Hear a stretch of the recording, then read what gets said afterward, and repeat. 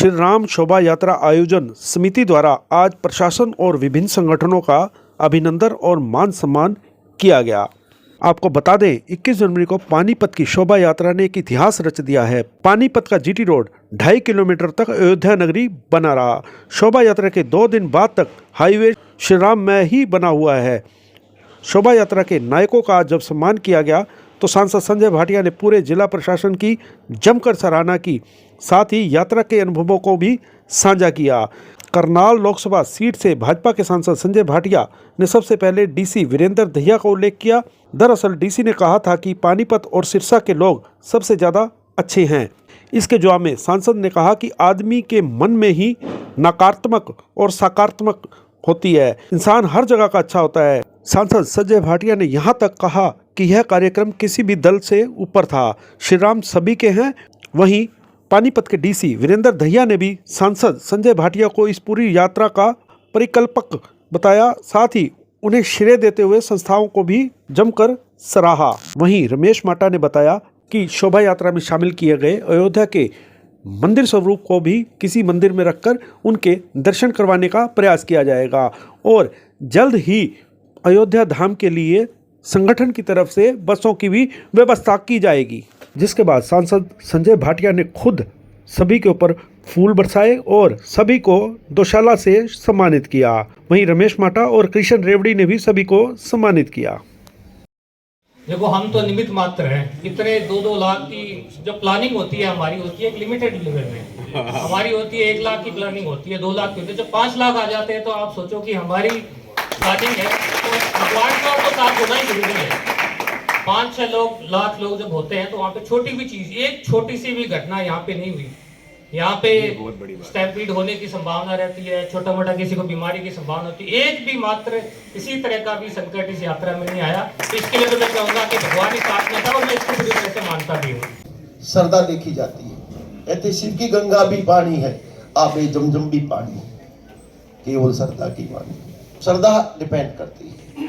गीता में कहा गया है कि साधन और साधक,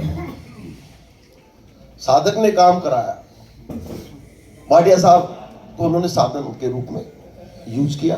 भगवान तो काम जब भी करना होता है, कोई भी काम करना होता है तो वो खुद नहीं प्रकट होते, वो साधन बनाते हैं। गीता में कहा गया है कि साधन और साधक, जब भी कोई काम साधक ने करना है वो कोई ना कोई साधन बना देता है। जितनी संस्थाएं ये काम कर रही हैं, क्यों फल फूल रहा पानीपत, क्यों आज के दिन पानीपत ये लगाओ तो पर कैपिटा गुड़गांव से भी ज्यादा है।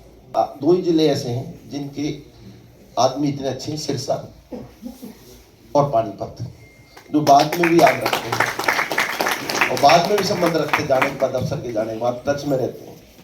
तो जिन संस्थाओं ने इतना बड़ा काम किया, वो कहते हैं ना, दुख में समरण सब करे, सुख में करे ना कोई। जो सुख में समरण करे दुख काहे का होए। तो आपको सुख में समरण कर रहे थे, आप तो सब साधन संपन्न है पानीपत के आदमी, सुख में भी समरण कर रहे थे, अपनी आहुति डाल लेते। बड़ा यज्ञ आयोजित हो रहा था, उसमें आप आहुतियां डाल रहे थे और सभी संस्थाएं बढ़ चढ़ के भाग ले रही थी। कृष्ण रेवड़ी जी ने भी, रमेश माटा जी ने भी अपना बिजनेस के इसमें पूरी उससे तन्मयता से, सभी संस्थाओं ने, उनके पदाधिकारी यहाँ बैठे, प्रधान बैठे, उनको मेरा सत नमन उनके प्रति और श्रद्धा से नमन।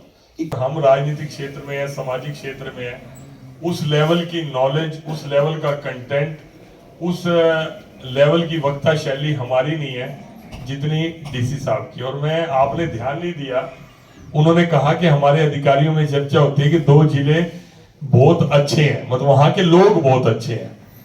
तो उन्होंने एक नाम लिया सिरसा को और दूसरा पानीपत का लिया, मतलब हम सबको उन्होंने कहा कि पानीपत के लोग बहुत अच्छे हैं, कुछ लोगों का ध्यान नहीं था। लेकिन मैं अपने अनुभव से कह सकता हूँ, हिंदुस्तान में कोई ऐसी जगह नहीं जहाँ के लोग अच्छे ना हो। आप सोनीपत के हैं, आप बहुत अच्छे हैं। मीना हुड्डा जी रोहतक की हैं, बहुत अच्छी हैं। तो बाकी में जिले, शायद आप उत्तर प्रदेश से हैं, बिहार से, झारखंड से, देखो सब बहुत अच्छे हैं। तो आज माननीय सांसद जी और पूरे प्रशासन ने, जिसमें डी साहब, एसपी साहब सभी यहीं मौजूद थे, एडीसी मैडम, श्री राम शोभा यात्रा जो 2 दिन पूर्व 21 तारीख को निकाली गई थी, जिनमें सभी धार्मिक संस्थाओं और सामाजिक संस्थाओं ने या जिन संस्थाओं ने साथ दिया, आज उनका धन्यवाद किया गया, उनको शाल उड़ा के उनका स्वागत किया गया। आज मेन मीटिंग का मुद्दा वही था।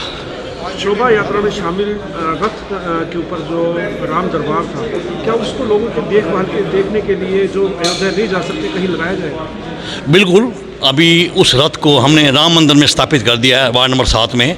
जो लोग वहाँ नहीं पहुँच पाए या शोभा यात्रा नहीं पहुँच पाए, वो वहाँ पे अपने दर्शन कर सकते हैं। एक सवाल और, क्या पानीपत के लोगों को भी दरबार में लेके जाया जाएगा, अयोध्या में लेके जाया जाएगा कभी संस्था की तरफ से? बिल्कुल कोशिश रहेगी, प्रयास रहेगा। हमारी संस्थाएं, चाहे हम दशहरा कमेटी स्नोलिवुड की बात करें, संगठन की बात करें, और भी कई ऐसी धार्मिक संस्थाएं हैं पानीपत की, जो धार्मिक आयोजन के साथ साथ धार्मिक यात्राएं भी साथ साथ करती रहती हैं। हमारा बिल्कुल प्रयास रहेगा, बहुत जल्दी हम पानीपत के लोगों को अयोध्या में लेके जाएँ और रामलला के दर्शन करवाएंगे। आज शोभा यात्रा में शामिल सभी संस्थाओं का स्वागत किया गया, सबको मान सम्मान किया गया। सबका धन्यवाद करने के लिए यहाँ पर एक छोटा सा एक बैठक रखी थी, जिसमें विशेष रूप से प्रशासन के भी सभी अधिकारी, इन संस्थाओं का जिस तरह इन्होंने अपना पार्टिसिपेशन किया इस शोभा यात्रा के अंदर और विद डिसिप्लिन और सेवा भाव के साथ, वो वाकई में ही काबिले तारीफ़ है। एक इतिहास इन संस्थाओं की वजह से और जिला प्रशासन के साथ कोऑर्डिनेशन की वजह से ये रचा गया, जो याद रहेगा आने वाले अनेक वर्षों तक। सर, 400 पुलिसकर्मियों ने भी काफ़ी मेहनत की है, दिन रात मेहनत की थी ट्रैफिक व्यवस्था को संभालने के लिए पूरा, क्या उनको भी सम्मानित किया जाएगा? बिल्कुल, मैं कल हम प्रशासन के देखो प्रत्येक व्यक्ति तक, क्योंकि हर संस्था तक पहुंचना, क्योंकि सैकड़ों धार्मिक संस्थाएं, सामाजिक संस्थाएं हों, चाहे शिक्षण संस्थाएं हों, हर एक व्यक्ति तक पहुंचना मुश्किल होगा, लेकिन सिंबॉलिक रूप पे जिला प्रशासन का हम धन्यवाद करेंगे। मुझे याद है कि जब 400 साला गुरु तेग बहादुर जी का मनाया था यहाँ पर प्रकाश पर्व, तो उस समय भी जब शुरुआत थी, मुझे जिस तरह का माहौल था, क्योंकि ताज़ा ताज़ा किसान आंदोलन समाप्त हुआ था, लग रहा था कि एक मतलब बड़ा एक टास्क बड़ा मुश्किल था, लेकिन वही बात है कि वाहिगुरु की मेहर थी, उसने भी इतिहास रचा उस कार्यक्रम ने, और अब प्रभु राम की कृपा थी, इस कार्यक्रम ने भी, शोभा यात्रा ने इतिहास रचा। एक सवाल और, शोभा यात्रा में शामिल जो दरबार था, राम दरबार था, वो अब कहाँ रखा जाएगा ताकि लोग भी दर्शन कर सकें? वो रखा जाएगा या नहीं? नहीं, वो ऐसा है कि वो थर्मोकोल से बना हुआ है, वो इतना वो नहीं है। कोशिश थी कि हमें एक सुझाव आया था कि देवी मंदिर के प्रांगण में वहाँ रखा जाए, तो कल गए थे, लेकिन वो गेट वहाँ पर था, उस गेट के अंदर वो एंट्री नहीं हो पाई, तो प्रयास किया कि रात को किसी ऐसे स्थान पर रखा जाए, लेकिन वो कोई ऐसा फिक्स स्ट्रक्चर नहीं है कि जो ड्यूरेबल हो और वो चल सके महीना, 2 महीना, 6 महीने, साल, तो इसलिए उसको बिल्कुल सम्मान और मर्यादा के साथ वेद जी उसका जो भी तय करेंगे वही करें।